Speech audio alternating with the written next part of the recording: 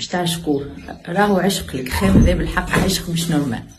واحلى حاجه لانه العرايس والعباد الكل يقولوا لي رانا اخذينا واحده اخرى خبيناها. ما هوش باش يتنحى من الصك نتاعكم بالحق.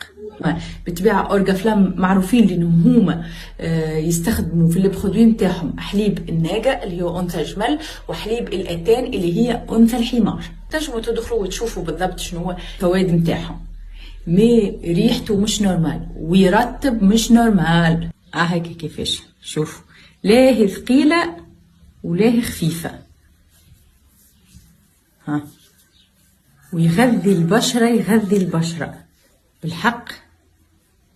تحس انه البشره متاعك متغذيه. شوفوا هوني ايدي شايحه هاك مسك ما حطيت فيها شيء.